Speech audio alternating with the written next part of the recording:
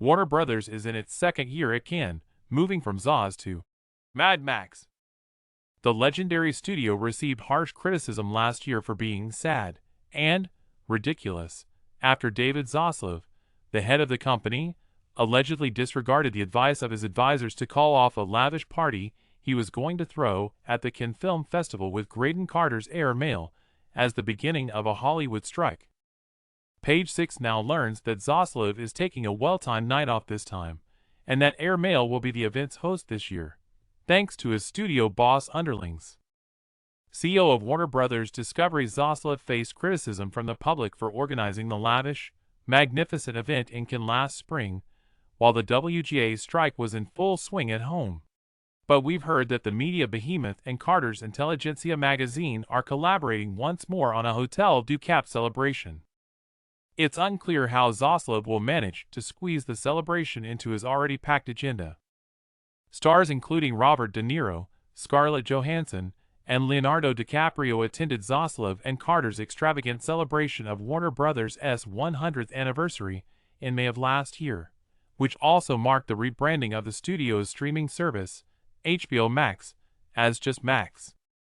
Considered Cannes' most anticipated event, it even eclipsed a Saudi party hosted by Carter's old magazine, Vanity Fair.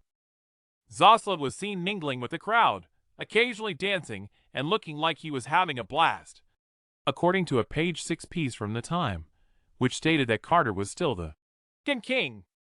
However, as the champagne faded in the cold light of day, Zaslav's top communications officer at the time strongly urged him to cancel the fancy fete to avoid any terrible optics of suits celebrating as writers picketed back home, according to a November profile in the New York Times Magazine titled, "How David Zaslav Blew Up Hollywood."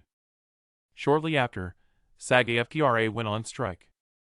Zaslav plowed forward, against his advisors' advice, according to the Times article, which concluded with the question, was this really the right moment for Zaslav to spend a fortune on an extravagant party at a posh hotel on the French Riviera?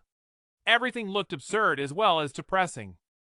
After a year, the chief communications officer has left, but it sounds like the celebration will still go on, with some adjustments that will deflect attention from Zaslav. The CEOs of Warner Brothers Film Group, Michael De Luca and Pamela Abdy, will host it along with Air Mail. The forthcoming action epic, Furiosa, a Mad Max saga, which has its global debut in Cannes on May 15th, will also be honored at the celebration, along with the cast and 79-year-old director George Miller. An affluent insider stated, "This year there are changes." Another confirmation from a studio insider said, "This is not a rerun of last year. Although they hope David can make it, his attendance is currently TBD due to his, understandably, hectic schedule.